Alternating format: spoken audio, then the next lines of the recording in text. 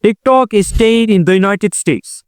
After weeks of uncertainty, tough negotiation in Madrid have led to a framework deal. And now, both sides are preparing for a direct call on Friday between President Xi Jinping and President Donald Trump to seal the deal. On the surface, it looks like a business fix.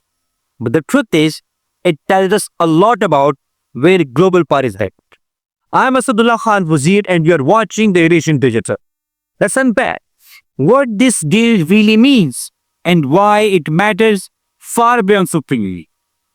For the last few years, relations between the US and China have been rough.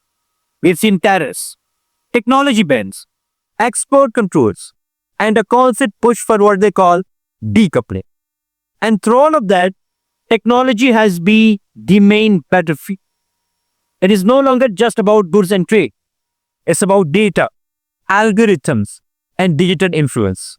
TikTok, a social media app used by hundreds of millions worldwide, suddenly became the symbol of this larger fight. Some wanted to ban it. Beijing wanted to protect it. And the standoff turned into a real test of strength. However, the fact that there is no framework instead of ban already tells us something important. The US will push for more control over how data is stored and how the TikTok is governed. But China still keeps influence, possibly through licensing or by protecting the core technology. In simple words, the US gets to say it tightens security, while China gets to show that its technology is here to stay. Both sides will claim victory. But the deeper reality is this. Chinese tech has grown so big and so global that it cannot simply be erased. And it is also important where these talks happened. Madrid. It was not just a random choice. Because already in negotiations in Europe, the issue was internationalized. It was not just Beijing versus Washington. It was set in a global arena. And that works well for China because it avoids the optics of being cornered in a bilateral fight. And instead it shows itself as open to dialogue. For Europe, it's a reminder that it now plays a role in this rivalry. Not just as bystander, but as mediator. But let me tell you, this is not only about TikTok. It is about the future of technology and power. Today, it is short videos. Tomorrow, it will be artificial intelligence, semiconductors, and cloud system. What we are saying is the slow writing of new rules. Who own the platforms, where the data sits, and how algorithms are audited.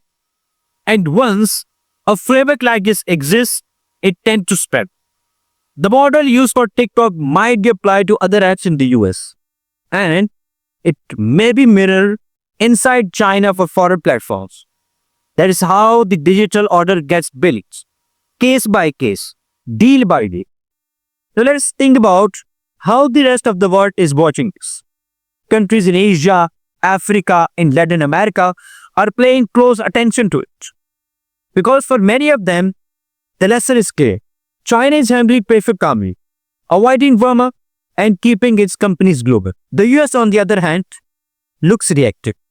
Loud is threats, but in the end, forced to compromise. And this strengthens the idea that Beijing is the steadier and reliable partner, especially in the global south, where predictability matters more than big speeches. And what happens in the upcoming call will be interesting. The main things to watch are how ownership actually shifts, what happens with the algorithm and data, and how quickly the new structure is rolled out. Maybe there will be a short extension, maybe a phased approach. But whatever the exact details, the direction is clear. This is not about cutting ties. It is about rewriting the rules of engagement.